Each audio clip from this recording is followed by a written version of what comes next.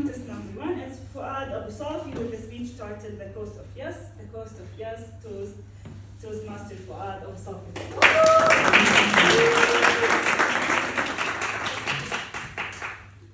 Thank you, contest chair. The air was cold, not the refreshing cold of a winter morning, but the deep, bone-chilling cold of a body that has nothing left to burn. I was lying on the asphalt, shivering. The roar of the Valencia crowd echoed in my ears. A paramedic knelt beside me, his face a blur of concern. He wrapped me in silver, crinkly thermal blanket. It was meant to give me warmth, but all I felt was the crushing weight of exhaustion. My first full marathon was over. My time was sub 3 hours. I was in the top 1% of the world. I had won.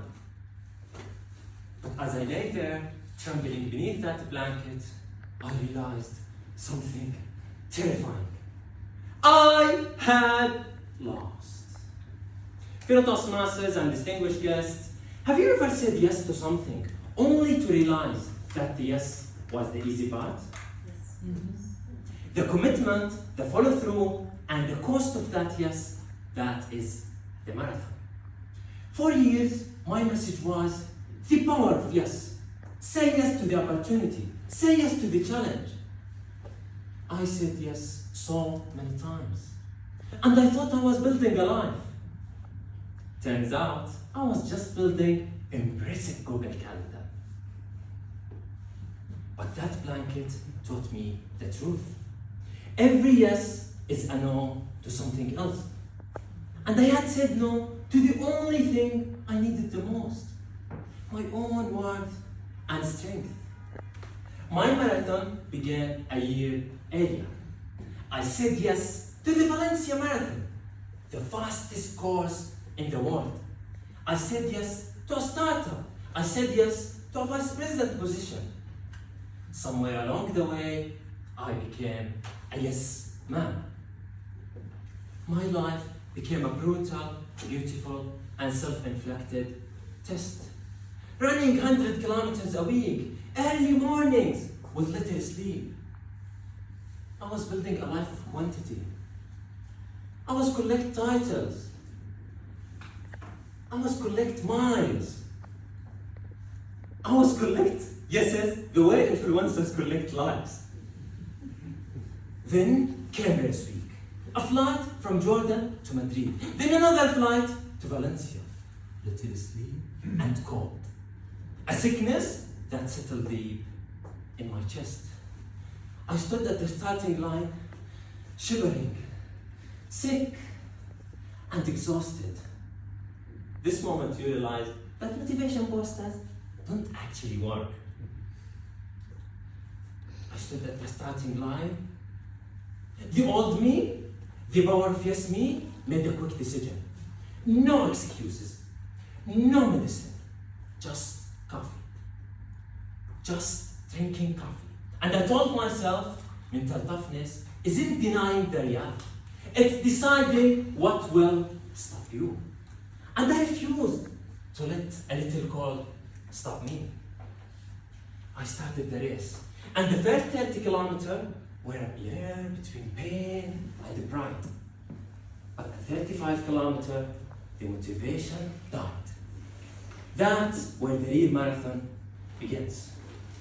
I had nothing left. My mind was screaming, stop! My body sent a resignation email. I looked at the ground. I looked at the crowd. In the final kilometer, I had to shout to the crowd, Vamos, vamos, vamos! They cheered louder. They clapped harder. They gave me the last ounce of resilience I didn't have. I crossed the finish line. I collapsed. I looked at the medal in my hand and looked at the blanket around me. I had achieved the goal. But the marathon had taken more than energy. It had taken my warmth. It had taken my strength. The physical pain was nothing compared to the intellectual shock. I was shocked because the power of yes something killed me. I said yes to the marathon, but in doing so, I said no to my own warmth and strength. The collapse wasn't just physical. It was the symbolic collapse of my old way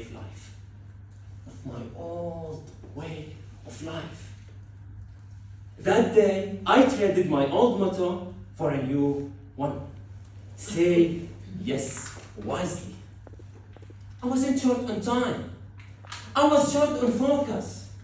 Distraction is the enemy of discipline. The marathon taught me that life is not a 100-meter sprint of ambition. It's a long run of patience, endurance, and consistency. And you cannot be consistent if you are constantly running on empty. Friends, every one of us has a marathon waiting. It may be a goal you are chasing, a dream you have delayed, or a relationship you are fighting to heal. And more importantly, what's the cost of your yes? Today, I challenge you to protect your energy and choose your yes with intention. Be patient with yourself and find the courage to say no to everything else, because your life is a message to the world. Make it worth reading and say yes wisely. God is generous.